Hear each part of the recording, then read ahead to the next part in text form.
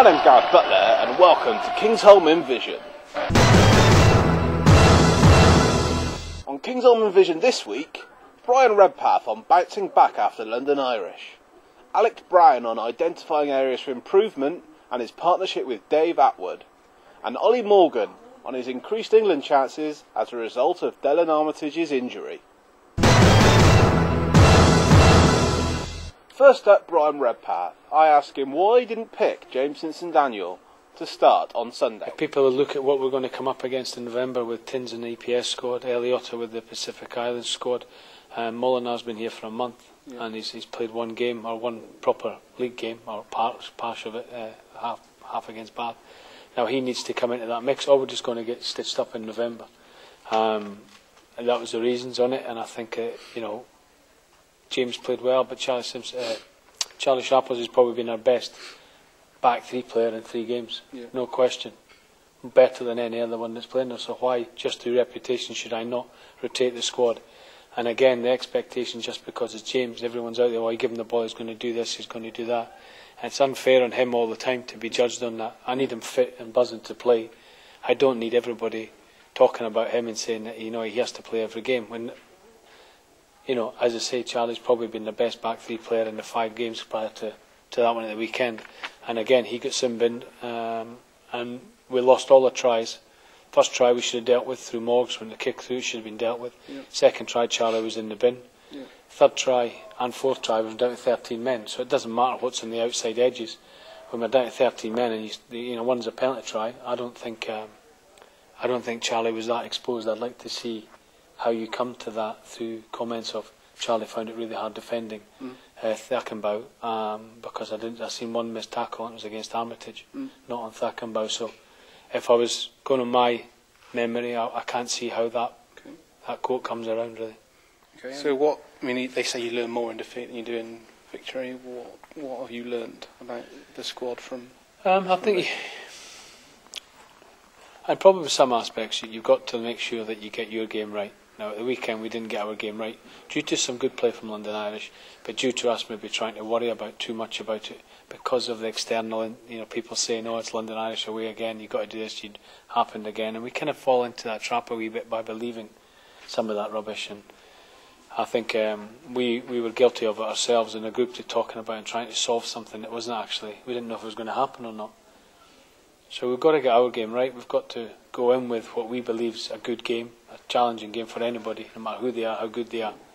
And we've got to go in front in that aspect. We can't worry about it or wait for them to do something. And in some occasions, we did, and then we fell into the trap. Before you know it, you're 20 points down, and you missed a couple of kicks ourselves and an opportunity ourselves, and you're never getting a chance to be in the game. And this whole week has been our focus, making sure that we get it right, our game right. Now, that means that our position have to work hard to defend it and stop it.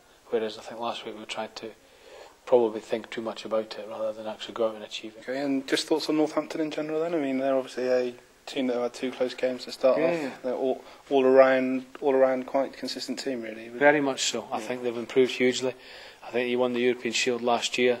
They beat us well up there at the end of the season, and I think only lost 1 game in the league at home, or 1 game in every competition at home last year. And that's a tough thing for them, but I think they've got a very workmanlike back row. Their back three are very dangerous to dig in, Foden and Rihanna. And I think Myler was probably one of the most consistent kickers at a hand and percentage game players last year for them. I think the loss of Ewan Murray is a big loss for them, but I think Dylan Hartley, Courtney Laws, the young kids in there have got bags of enthusiasm, so they'll come with bags of enthusiasm on Saturday and energy.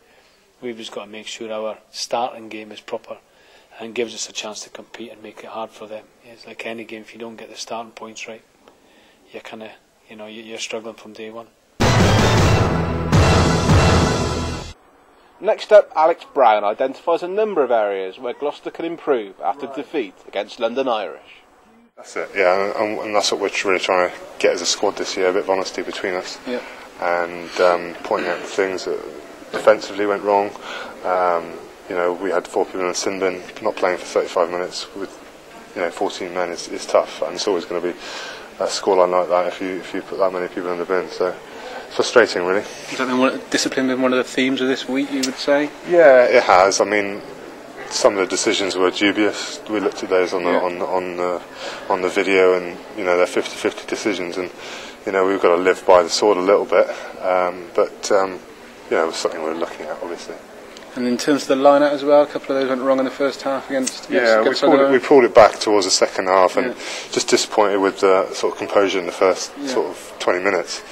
But luckily we pulled it back, and we're pretty pleased with the result at the end.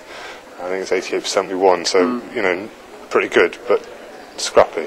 Scrappy was the really word. There seems to be a little bit of a breakdown in communication in the first half. It's just the composure we lacked in the first sort of 20 minutes, and it's disappointing because we had such a good week running up to it. So. You're forming a bit of a new partnership with Dave Atwood in the second row. I mean, I think I read somewhere that you're one of his heroes at Bristol. But how has that partnership developed? And it's good. What do you think of Dave? He's a bit of a bruiser, isn't he? No, he's a big lad, and he's taken his chance very well. And I'm really pleased the way he started the season. He just needs to keep knocking in the performances week in, week out.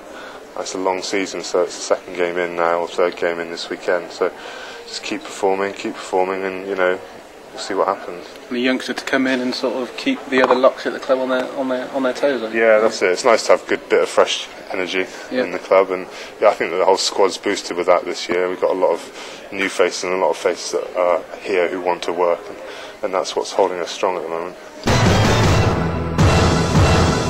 And lastly, Olly Morgan, on the importance of playing well in front of the home support in his first appearance at Kingsholm against Northampton on Saturday.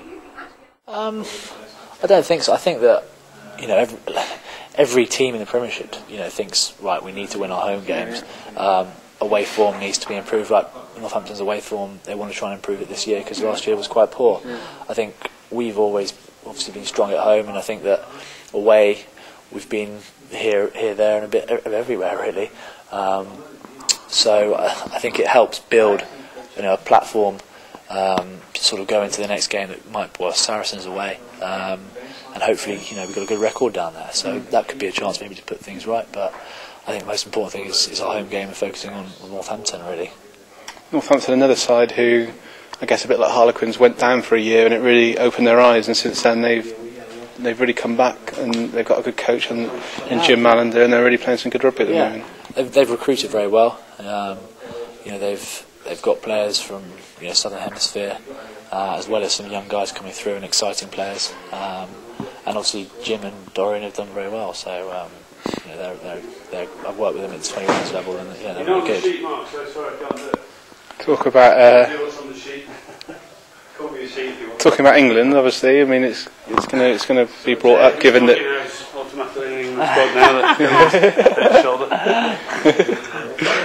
Given that obviously Dallon's at his shoulder. I mean, you don't like to see another player injured, but it looks like it might create an opportunity for you after a time when the squad without getting the game. I mean, on paper it looks like that. But there's still obviously a lot of the other young players like Foden and Art Benderton and sort of Monier's coming through. There's no way that I'm thinking I'm a shoo-in or I'm actually going to get that spot. You're right, the door has opened. Just like in the past when Benderton got injured when he was in the squad, and I got injured and Bolsh got injured, gave me my opportunity.